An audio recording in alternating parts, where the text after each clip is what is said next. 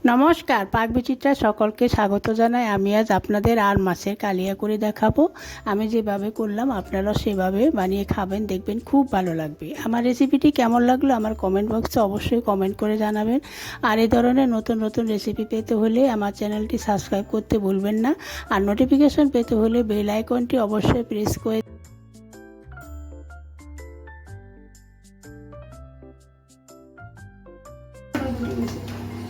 আজ আমি আপনাদের আরেকটি নতুন রেসিপি করে দেখাবো আর মাছের কালিয়া। তার জন্য এখানে আমি 6 পিস মাছ নিয়েছি, মাছটা ভালো করে ধুয়ে নিয়েছি।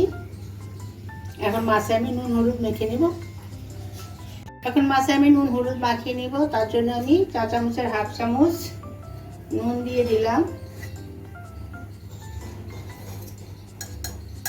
4 চামচের হাফ চামচ হলুদ গুঁড়ো দিয়ে দিলাম। এখন মাছটা ভালো করে আমি দুপাশে নুন হলুদ মাখিয়ে নেব।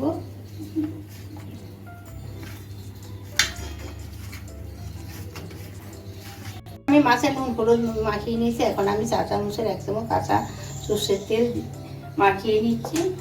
আর মাছ ভাজার সময় ফাটে, সেই জন্য আমি একটু কাঁচা সর্ষের তেল মাখিয়ে নিচ্ছি। মাছটা ভাজার সময় আর ফাটবে না।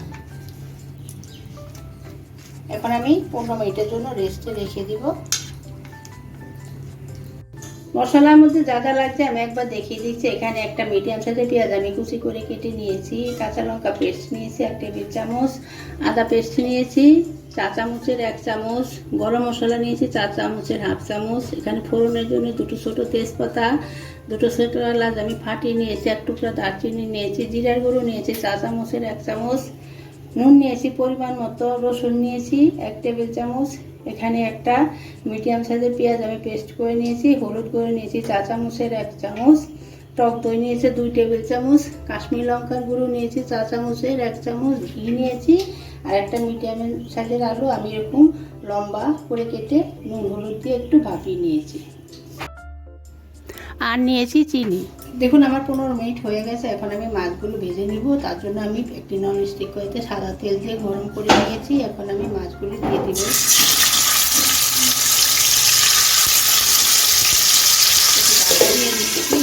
গ্যাসটা মিডিয়ামে রেখে আমি ভেজে নিচ্ছি। দেখুন আমার একটি ভাজা হয়ে গেছে। আর এখন আমি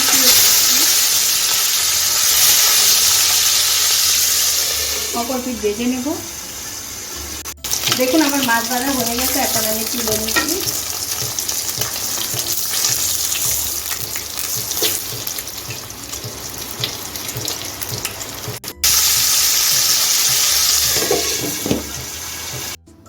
দেখুন আমার মাছ ভাজা হয়ে গেছে। আমি একটু হালকা করে গোল্ডেন করে ভেজে নিয়েছি। দেখুন আমি এখন আলুটা ভেজে নিচ্ছি। মাছ ভাজা তেলে কিন্তু আমি আলুটা ভেজে নিচ্ছি। গ্যাসটা আমি মিডিয়ামে রেখেছি।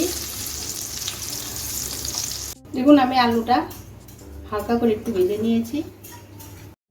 দেখুন আমি মাছ ভাজার আলু ভাজার তেলে রান্নাটা করে নেব। এখন আমি ফোড়নে দিয়ে দিচ্ছি 2টো ছোট এলাচ, তেজপাতা আর 1 টুকরা দারচিনি।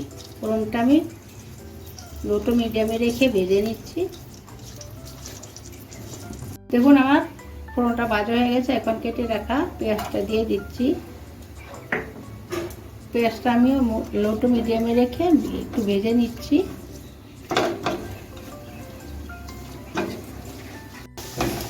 দেখুন আমি পেঁয়াজটা একটু নরম করে ভেজে নিয়েছি। কালারটাও একটু চেঞ্জ হয়ে গেছে। এখন আর ভাজবো না। এখন আমি পেঁয়াজ পেস্টটা দিয়ে দিচ্ছি। আমি গ্যাসটা লো টু মিডিয়ামে রেখে 2 মিনিটের মতো পেঁয়াজ পেস্টটাকে পেঁয়াজের সঙ্গে ভেজে নিচ্ছি।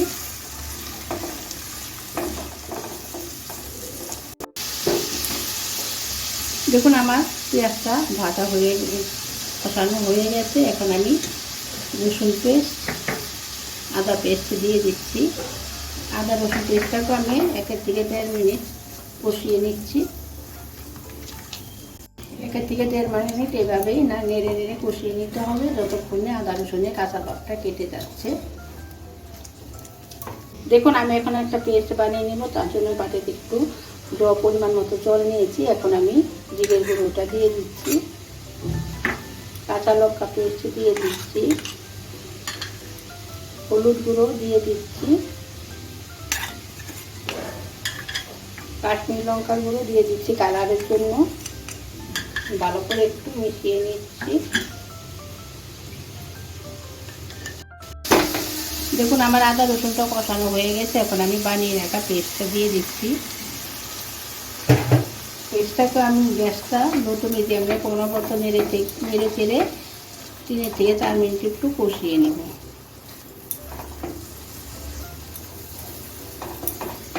দেখুন আমি 4 মিনিট কষিয়ে নিয়েছি। আমি গ্যাসটা এখন ভর্তি করে দিয়েছি। এখন আমি টক দইটা দিয়ে দিচ্ছি। টক দইটা আমি ফেটিয়ে নিয়েছি।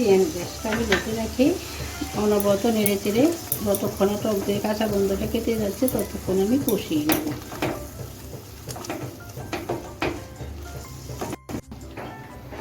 চা চামচের হাফ চামচ নুন দিয়ে দিচ্ছি। এখানে নুন ঝালটা আপনাদের স্বাদ অনুযায়ী দেবেন। এখানে নুন ঝালটা আপনাদের স্বাদ অনুযায়ী দেবেন। অনবরত নেড়ে চেড়ে আমি কষিয়ে নিচ্ছি। দেখুন কষাইতে কষাইতে আমার মশলা কালারটাও চেঞ্জ হয়ে গেছে, তেলও রিলিজ হতে শুরু করেছে। এইভাবে আমি আর একটু কষিয়ে নিব। দেখুন আমার যদিও কষানো হয়ে গেছে। এখন আমি দেখুন তেলটা রিলিজ হতে শুরু করেছে। এখন আমি আলুটা দিয়ে দিচ্ছি। মশলার সঙ্গে আলুটাকে একটু কষিয়ে নিচ্ছি। 30 সেকেন্ডের মতো কষিয়ে নিয়েছি। এখন আমি গ্রেভি করার জন্য জল দিয়ে দিচ্ছি। দেখুন গ্রেভি করার জন্য আমি জল দিয়ে দিয়েছি। এখন ফুটে উঠতে দেব গ্রেভিটা। দেখুন আমার গ্রেভিটা ফুটে উঠেছে। আমি আরও 2 মিনিট জাল করে নেব। দেখুন আমার ঝোলটা ফুটে উঠেছে। এখন আমি 2 মিনিট আরও ফুটিয়ে নেব। এখন আমি এক এক করে মাছগুলি দিয়ে দেব গ্রেভির মধ্যে। আমি গ্রেভিটা আগেই ভালো করে ফুটিয়ে নিয়েছি। এখন আমি আরও 2 থেকে 3 মিনিট মাছটাকে ভালো করে জাল করে নেব। এখন আমার 3 মিনিট হয়ে গেছে। এখন আমি গরম মশলা গুঁড়ো দিয়ে দিচ্ছি, 1 টেবিল চামচ ঘি দিয়ে দিচ্ছি। ভালো করে মিশিয়ে নেড়ে চেড়ে এখন আমি নামিয়ে নেব।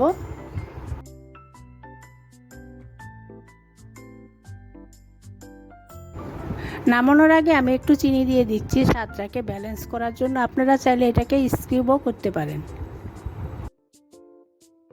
দেখুন আমার আর মাছের কালিয়া তৈরি হয়ে গেছে। আমি যেভাবে রান্না করলাম আপনারা সেভাবে রান্না করে গরম গরম ভাতের সাথে খাবেন, দেখবেন খুব ভালো লাগবে।